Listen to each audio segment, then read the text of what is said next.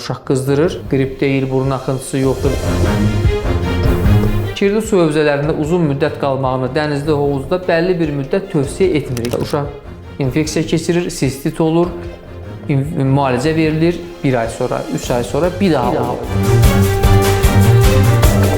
Sünnəti tövsiyə edirik. Hörmətli YouTube kanalı izləyicilərimiz, xoş gördük təkrardan. YouTube kanalında uşaq urologiyası ilə bağlı son bir neçə videomuzu çəkdik və qeyd etmək istəyirəm ki, uşaq urologiyasında uroloji xəstəliklərin belə deyək, qapısı sidik analizindən başlayır, yəni simptomatik olaraq. Bilirik ki, uşaqlarda ən vacib məsələlərdən biridir bu. Bütün uroloji problemlərdə biz sidik ümumi analizi və əkilməsini istəyirik. İnfeksiya çıxırsa nə zaman araşdırırıq, nə əhəmiyyəti var, bu haqda məlumat vermək istəyirəm. Ümumiyyətlə, uşaqlarda sidik yolu infeksiyasının hansı yaşda olması çox önəmlidir və cinsiyyət də çox önəmlidir.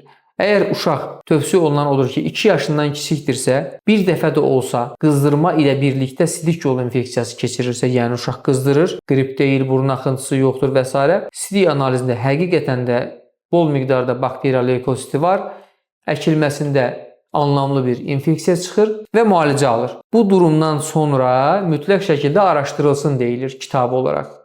Nəyə görə araşdırılsın deyilir? Çünki 2 uşaqdan təqribən birində anadan gəlmə uroloji qüsur görülə bilər infeksiyalarda. Əsasda veziko-uretral reflüks dediyimiz sidik hissəsinə toplanan sidiyin sidik axarına və böbrəklərə doğru təkrardan 1 və ya 2 böbrəyə geri qayıtması müşahidə oluna bilər ki, infeksiyalara səbəb olan ən önəmli amillərdən ikisindən biri belədir. 50% bu problemdir.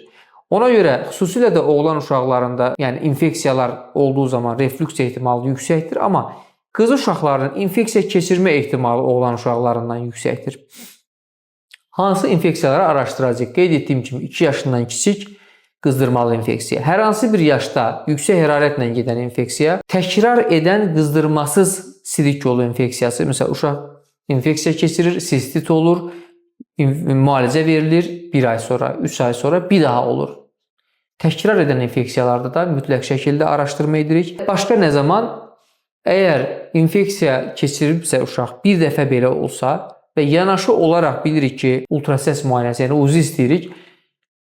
UZI-də də böbrəklərdə, sidik axarında, sidik hissəsində bir anatomik problem varsa, böbrək genişlənməsi var, sidik axarı genişlənməsi var, divertikul şübhəsi var. Bu zamanda araşdırma etməliyik. Yəni, qızdırmasız infeksiya olub tək belə olsa, yanaşı olaraq UZI-də genişlənmə varsa, böbrək problemi varsa, bu uşaqları da araşdırmaq tövsiyə olunur. Ona görə oğlan uşaqlarında sünnət məsələsi ki var ki, bunu bir sonraki videolarımızda bu haqda məlumat verməyə çalışacağam. Əgər bir uşaqda sidik yolu infeksiyası var və oğlan uşağıdırsa, sünnəti tövsiyə edirik. Uroloji problemi olan uşaqlarda bütün cəmiyyətlərdə dinindən asılı olmayaraq tövsiyə edilən bir məsələdir. Qız uşaqlarında isə xüsusilə kirli su hövzələri, çünki qız uşaqlarının sidik kanalı qısadır, infeksiyanın bulaşma ehtimalı daha yüksəkdir. Kirli su hövzələrində uzun müddət qalmağını dənizdə, hovuzda bəlli bir müddət tövsiyə etmirik. Bu baxımdan bəzi uşaqlara infeksiyanın qarşısını almaq üçün profilaktik antibiotiklər başlayırıq. 6 aydan 2 ilə qədər veririk